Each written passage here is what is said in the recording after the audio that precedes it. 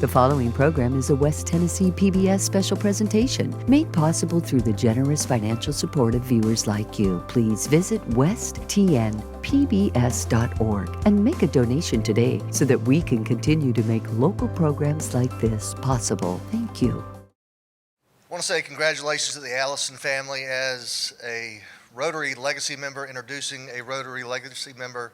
It is great to see a new one added to the club's history. So great leadership by Chris and Suzanne, and welcome to the club, Ashley. Our guest today is no stranger, Mayor Scott Conger, native Jacksonian, born at a very young age. The Conger family has a long history here in the city of Jackson. They have been successful in business, politics, and more recently, social media clout. Mayor Conger, alongside his wife, Nikki, enjoys raising two children, Madeline and Charlie. A few things to really get into about Mayor Conger that I'm proud to be a part of, having worked with him on City Council. We have returned a surplus budget 4 straight years, okay? And a lot of that is due to the mayor's leadership. He is tight as a tick when it comes to the city's tax dollars, and we really appreciate that and are looking forward to hopefully returning a 5th consecutive surplus budget to the taxpayers of the city of Jackson. As a result of that, we were recently able to increase pay across the board, including a $50,000 minimum salary for our Jackson Police Department. So that's where they start, and we are only, and we're only looking to enhance that. In addition to the salary increases, we have seen a reduction in debt, as well as significant investment into our city's capital. So, Mayor Conger, it's been a pleasure to work with you. I'm proud of your leadership, and I look forward to learning more about what you have in store for this year. Mayor Scott Conger.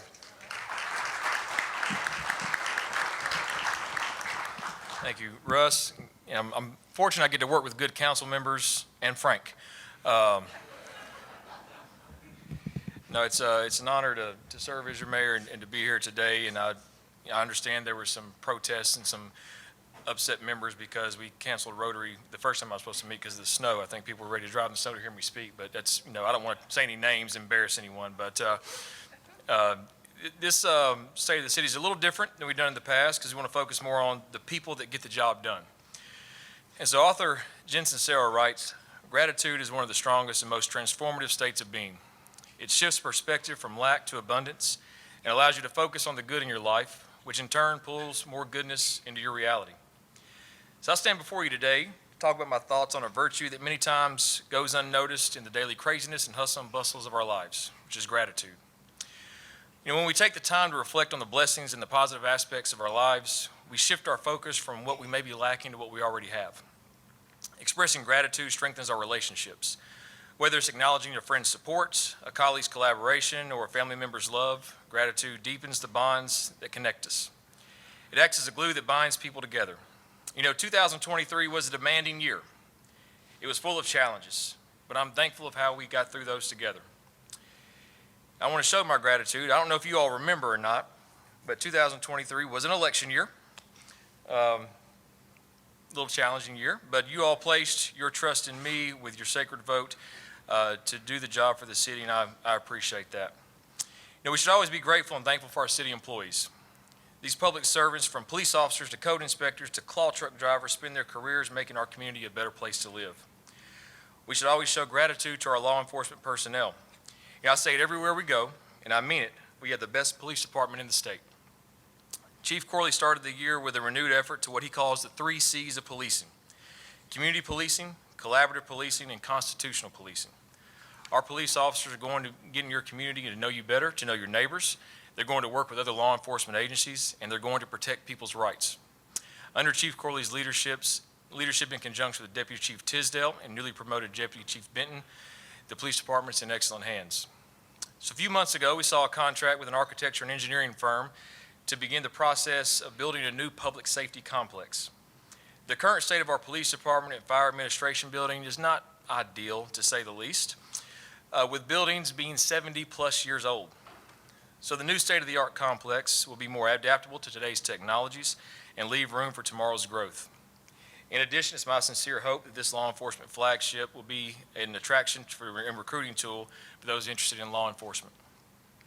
You know, we owe it to those officers and those fire department officials who put their lives on the line every day to come to work to give them a decent place to do their jobs. Chief Corley, Deputy Chief Benton, Deputy Chief Friddle, and Deputy Chief Turner have put in a lot of work to the new complex and what it will look like and how it will functionally work, so I'm excited to see this project get started. You know, police officer shortage is not a problem isolated here in Jackson. We currently have 191 officers out of a budgeted 220 positions that would make us fully staffed. We hired 21 officers in 2023, which is up from 16 in 2022. In 2023, our patrol division has filed 18,237 incident reports, 3,901 crash reports. The traffic division issued 1,006 traffic citations. That includes speeding, distracted driving, leaving the scene of an accident, and registration law violations. So that's just short of 3 citations a day for the entire year. I think we all can agree that our drivers in Jackson need to slow down. Chris Allison. Thanks to our officers and the approval of the City Council, the traffic unit acquired 5 handheld radars, 2 car mobile radar systems. This equipment will be used by the traffic unit and patrol division to place an increased emphasis on speed enforcement going forward. Through a Tennessee Highway Safety Office grant program, JPD acquired a radar trailer. This trailer is already being deployed in areas of high complaints of speeding violations and is making a distinct impact. A second radar trailer is being sought through the use of our capital funds. So if you're concerned about speeding in your neighborhood, you can reach out to our police department to see if you can get a radar trailer for the time period. Quick story about that. I was going about, I'll be 35 and a 30, okay, down University. Car in front of me, all of a sudden taillights come on, nose dives down. I have to slow down behind it, speed trailer right there. So it's making an impact in the area. At our Safe Hope Center in 2023, we provided services to approximately 1,173 persons who have come in seeking order protection, speak with investigators, or speak with RAP. Our domestic violence unit has 4 investigators who work approximately 1,000 cases annually, along with their Captain D. Jones, who also maintains a caseload. And the DVU has clearance rate of approximately 80%. Captain Jones is also on the Human Trafficking Task Force agent with the TBI. She works in collaboration with the Scarlet Rope Project to rid us of human trafficking and bring those involved to justice. Another note of gratitude goes to Sergeant Pinion, Sergeant Adam Pinion. You've translated the whole speaking issue. He's been instrumental in bringing the Flock system camera to the city of Jackson. See those little red lights flashing on poles? These cameras are the most beneficial advancement in law enforcement technology since the identification of fingerprints. The Flock system leads to arrests, the recovery of stolen vehicles, and the location of missing and endangered persons. We've doubled the number of Flock cameras this year and now have 70 deployed throughout the city. Investigator Kevin Mooney is in charge of the crime scene unit. His knowledge, attention to detail, and hard-working drive have led to the successful prosecution and conviction of many violent offenders. Investigator Mooney also has taken on training and equipping several officers and civilian employees to assist him on scenes. In addition to everything JPD does, they successfully hosted JPD's first Youth Police Academy with approximately 12 to 15 middle and high school students that participated and were exposed to police operations to include crime scene investigation methods, patrol function, law enforcement technology. JPD officers engaged in over 1,120 hours of community interaction beyond their normal duties.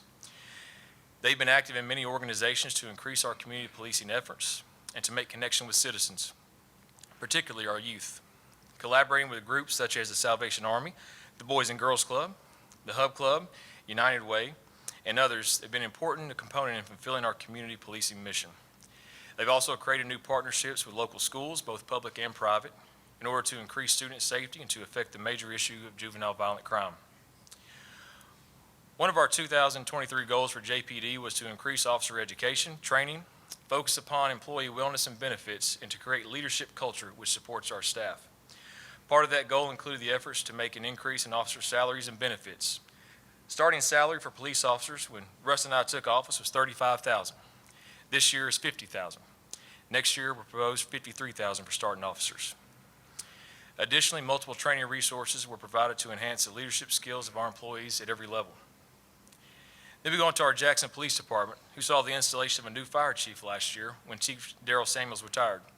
Deputy Chief Don Friddle was sworn in as fire chief. Under his leadership, Jackson's become the first 4-minute city in the world through collaborative efforts of Friends of Heart, the Jackson-Madison County General Hospital, Jackson MedLink, with our own Jackson Fire Department. In addition, the first Safe Haven baby box in West Tennessee was installed and placed into operations at Fire Station 2. A contract for a second baby box has been signed with the goal of installation late spring, early summer of this year. Our central dispatch answered 49,342 911 emergency phone calls and 79,553 administrative calls for service. It's a lot of phone calls. 100% of those calls were answered within 20 seconds. 98% of those calls were answered within 10 seconds. To the wonderful men and women who's maybe only a voice on the phone, they're a hero to those who call. You know, I'm incredibly grateful for our maintenance team led by Kirk and Damon. They keep the city running. From putting up illegal dumping cameras to HVAC repair, replacement, they add a lot of the quality of life for Jackson. In addition to their regular duties throughout the year, they hired a crew for park maintenance and are planning on getting the parks in the best condition possible. In addition to that, on their own, they came up with a plan to purchase a pressure washing equipment and hire a crew to run it. And that was an easy yes for us. And so they started working at the first of the year. I think you can see them going through downtown. You can tell the difference of the sidewalks they've done and the ones they're about to work on. Our Recreation and Parks and Tourism crew has been busy, and that's a good thing. Led by Tony Black, they are constantly working to improve our areas of programming and meet future needs. Our public facilities have been consistently booked every weekend. They facilitate local nonprofit groups, community groups achieving their objectives for the year. We're prioritizing investing in our facilities, implementing improvements, the ongoing building updates. At our South Jackson Community Center, they were able to connect 7,645 people in their programming, one of them in this room, Brenda. She loves to play pickleball out at South Jackson. Always demands more of me at South Jackson. Under the direction of Deborah Williamson, y'all may say, who is Deborah? Her name's Pee-wee. They held the first movies in the park and held pickleball classes for beginners. And don't let her physical stature fool you. She's a giant, and she gets the work done. Our Ned McWhorter Cultural Arts Center, under the leadership of David McCall, remains a vibrant destination in the city of Jackson's downtown arts district. They marked a turning point this year with the production of Dreamgirls. The overwhelming support from the African American community of Jackson further emphasized the absolute necessity for diversity in programming. The production drew more than 2,200 attendees over 2 sold-out weekends. Next year marks the 50th anniversary of the theater program, and so to commemorate that occasion, the Ned will present the premier musical that started it all, Cinderella. Our T.R. White Sportsplex, under the leadership of Terry Smith, has seen a great deal of activity in maintenance and renovation to continue to be an asset to the community. The complex got a new parking lot that was badly needed, entrance redesign, and is nearing its completion. So in addition to all that, Recreation and Parks and Tourism, we added 6 more pickleball courts to Conger Park, giving us now 12 playable courts, and also working on converting 2 more unusable tennis courts into 6 pickleball courts. Our Sportsplex set an all-time record with 1,682 teams in 2023. That amounted to a 51% increase over 2022. Recreation and Parks hosted and celebrated the largest to date Christmas parade on December 4th. They started hosting free weekly exercise classes at Westwood Recreation Center for seniors. Started hosting free weekly senior line dance classes at Westwood. Ben, you want to do some line dancing? Go do that. Not that I'm calling you a senior. They hosted Halloween at the Farmers Market that drew over 1,000 people. 2023 also saw us hire a new public works director, Austin Clark, and his work has been transformational. His role is to manage the repair and maintenance and installation of our public infrastructure, as well as our health and sanitation services. The department also maintains over 700 acres of municipal property and the management and repair of over 900 municipal-owned vehicles and machinery. Our health and sanitation crew, everybody's favorite department, under the leadership of Leilani Mills, has generated over 43,000 work orders this year. And after a full year of that scheduled bulk waste collections that everybody loved so much when it started, the quality of service has greatly improved. Residents are now receiving collection within 3 to 5 days as opposed to what would be an upward of 6 weeks. I can't begin to tell you what a relief that is. Also, comparing 2022 to 2023, we reduced fuel usage and cost by $19,002 going to a routed system and a scheduled system. 2024 will also see the addition of a 311 customer service center. As it stands right now, 311 complaints go to the various departments for the handling of their issues, but we're going to consolidate that and make it a more customer service friendly and solutions focused. All 311 issues will go to the department, and the hardworking employees will own the issue until it's resolved. This new department will be led by Debbie Click. Debbie is a person that 9 times out of 10, when you call health and sanitation about a trash issue, she's the one that's going to answer the phone. So she's been battle tested, and she's ready for the challenge. 2023 also saw the consolidation of our engineering, planning, and building and codes department under planning, growth, and development, which is a department led by our longtime city planner, Stan Pilot. His expertise and his experience are extremely valuable, and I'm thankful for his counsel. They continue the coordination of the Jackson Walk project, which included construction of 20 new homes. They reviewed approximately 68 separate subdivision plats in the region. They completed the design phase for the construction road for the access road for Great Wolf Lodge.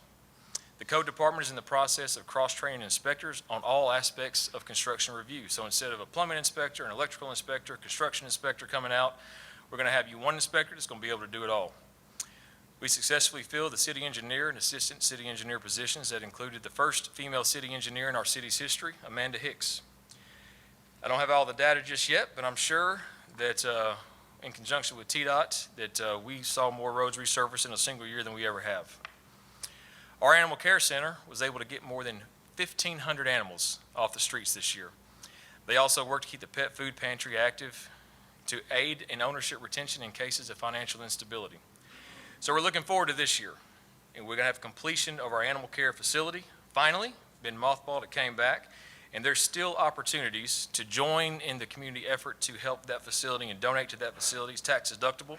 You can join our fellow Rotarian Carl Kirkland, who's already made a generous donation in that to make sure that our animals are taken care of. If you love dogs, donate, right, Carl? That's it. IT worked with the finance and our accounting departments to implement our new financial enterprise software, Tyler Munis, to enhance our technological capabilities and efficiency, so no more organ trail to run our financial reports. Our purchasing department worked to streamline the bid process and proposal process to lead to an uptick in vendor responses. More vendors means more competitions, which means better prices for the taxpayers. The work done at the city's recovery court has been exceptional. Under the leadership of my friend Blake Anderson and Haley Coble, director of the program, they had 18 new participant admissions in 2023. There are 5 participants who purchased their own vehicle, 6 participants who got their driver's license, 6 of those obtained their own private residence, and 2 participants got baptized. One that completed the program in November of this past year was Takesha Moffitt. And Judge Anderson wrote that before recovery court, Ms. Moffitt's life was riddled with toxic relationships, substance abuse, domestic violence, and negative peers. These relationships and decisions brought her into a life of criminal activity and ultimately led to her into the criminal justice system and recovery court. They caused her to be separated from her 2 daughters for a short while. When she entered the program, she was 40 years old, and she knew she was ready to make a change for herself, for her daughters, her family, and her future. She attended and completed intensive outpatient treatment that focused on coping skills and provided education about substance use disorders and trauma. She completed moral recognition therapy and completed mental health therapy group. She also attended financial counseling at the Financial Empowerment Center. Through her involvement in the City of Jackson Recovery Court, Ms. Moffitt was given the opportunity to access many resources and services in our community. She's now working full-time and lives with her 2 daughters. She was able to attain the job while in recovery court and was promoted to a management position due to her excellent work ethic and amazing interpersonal skills. She's attending online classes at Bethel to attain her bachelor's degree in business leadership. Set to graduate in 2024, she hopes to then start her master's degree. She was able to purchase her car. She was able to apply for first-time home buyers program next summer, and also recently shared 1 year of substance abuse free. I gave this speech at the chamber breakfast back in January, and there were some admissions counselors from Union there, and so when she graduates December of 2024, in January she starts a master's program at Union. In year 2, our Love Your Block program completed 180 small home repairs across 14 projects, mainly for low-income elderly people to keep them in their homes. You know, child care continues to be an issue and a barrier for employment in West Tennessee. In 2023, The Jackson-Madison County Children's Cabinet was established, thanks to brainchild of our good friend A.J. Massey. The cross-sector body includes all government departments that intersect with children and family and is dedicated to enhancing outcomes for our community's future. We completed the bid process for a construction management contract to build the first men's homeless shelter, and we've had several redesign processes, and our council will see the guaranteed maximum price contract coming up in May. This past May, we were selected to participate in a national peer learning initiative that will help the city develop solutions to the pressing housing challenges. You know, for every 10 new jobs created in Tennessee, we're building 6 homes, leaving a significant gap in the housing supply. So our objective is to work with the state legislatures to implement effective incentives that promote the development of workforce housing. We established a housing commission, and initial goals for the housing commission are on the way right now. 2024 will see a renewed commitment to the arts and the local artists in Jackson. With the new Arena Convention Center plan for the old Service Merchandise building, we have to make sure we have homegrown local music in our arts scene. So this year we hired the #1 Jackson celebrity there is to help us with the mission, Lauren Pritchard Cobb, or Lolo as we know her. Lolo is going to help us with a long-term vision and plan of what it takes to train up, retain local artists so that they stay here in Jackson. This will include a new robust public art program in partnership with the CO, expanding of arts funding, access for local artists, event program matching funding, program increase and an overhaul of the Carnegie Legends Museum, and expanded programming and lineups at the AMP. The people that have been mentioned today just barely scratched the surface of the amazing people that go to work every day to make our lives better. I'm grateful for all of them. You know, we should all embrace gratitude as a guiding principle in our lives. We should all be thankful for the people, opportunities, and experiences that shape our journey. Through the simple act of expressing thanks, we not only uplift ourselves, but we also contribute to the creation of a more compassionate and connected world. Thank you all again for allowing me to serve as your mayor. It's a great honor, and I'd be happy to answer any questions you might have. Yeah, Carl. You cover a lot of churches. We've done a lot. I want to take this opportunity to say, please help us with the dogs. The animal care center. I mean, this has been a long project. It got derailed about 5 years ago because we didn't have enough money to do it. So I thought that there would be an outpouring of giving.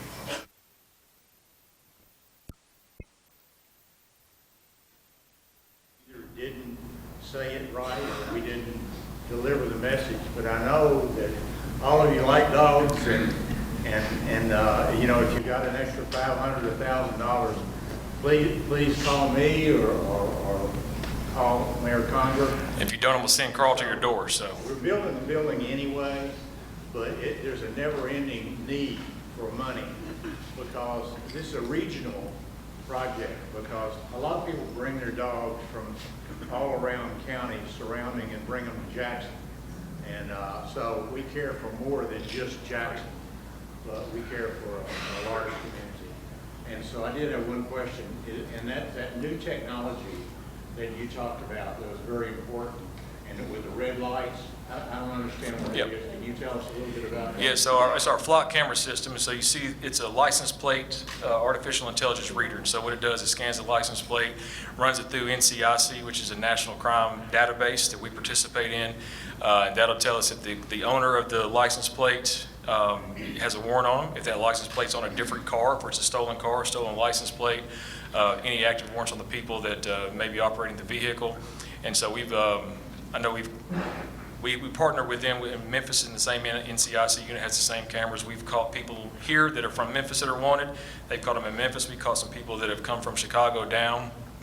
We've returned stolen cars as far as California back to people.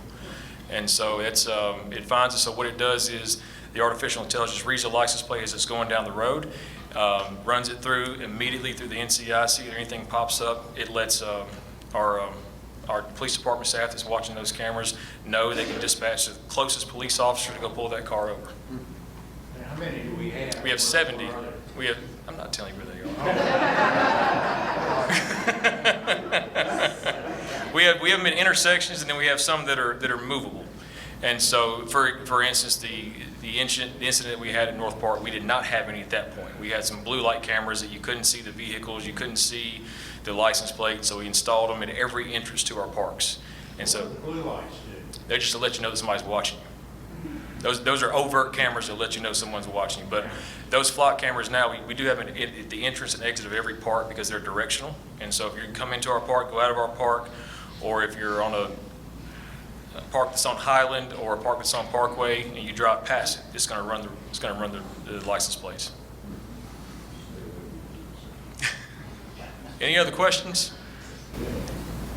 Scott, what do you think your biggest challenge or issue in the next 12 months is with the city?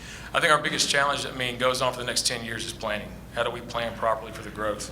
We had a housing study done last year that anticipates, at the minimum, conservative side, 1,000 people moving to Jackson over the next 10 years per year. And so, we had a meeting with the governor a couple of years ago, and we were talking about the growth in the plan, and he said, don't be a Spring Hill. And so we don't want to outgrow our infrastructure. And how do we do that? And that's not just roads and sidewalks, that's everything that JEA does too, which they've done a phenomenal job. I would say that even if Monty wasn't here, on planning for the future. And so how do we plan for that growth in a way that's not going to take away from what we have, but just complement what we have and add to the quality of life? That's going to be the biggest thing that we talk about. Every day we talk about it so far, we're going to continue talking about it. How do we do it right? How do we make sure that we're providing the housing, the rezoning and things like that, that we're not messing up the neighborhoods that we have, but just add and complement those areas. Are you addressing affordable housing? A lot of our young people can't afford to live here. I would love to address affordable housing if the state would allow me to address affordable housing the way we want to. And so we have some issues with zoning requirements that the state doesn't allow us to do. And so we can only do things with land use on land that we own. And so we're working with other cities and areas to address the legislation to do that, to allow us to address affordable housing. But it's just sheer supply and demand. We still also need those $1 million homes, because if we don't build any $1 million homes, then those ones that are 250 all of a sudden become $1 million homes. And so how do we address the overall supply and the inventory? Yeah. Are there any federal or state dollars that you're attempting to go after in the next Oh yeah, yes. So I didn't put this in there, but January you'll start seeing construction on airways. And so those are state grants. It'll take 4-phase state grants. It'll take us all the way out to the bypass. We'll be rebuilding the road. And it'll take it from a road diet down from 4 lanes to 3 lanes and a turn lane, 10-foot sidewalks, streetscape all the way down, knowing that that's our gateway into downtown from the mega site. And so that'll start construction, should be in January. So you'll see that those are state grants. We have sidewalks going in on Parkway from state grants. A lot of law enforcement grants we have, some housing initiative grants we have, some data collection and some things we've gone into. Those are, anytime, and we're having a discussion right now on a mega projects federal grant as well. Yes, sir. Well, thank you for being here and for opening yourself up for questions from the audience. Just have a statement to make. I knew your grandfather, Bob Conger, previous mayor, previous member of this club. I want to say that you're very much like him, and I appreciate that very much. Yeah, thank you. All right, thank you all.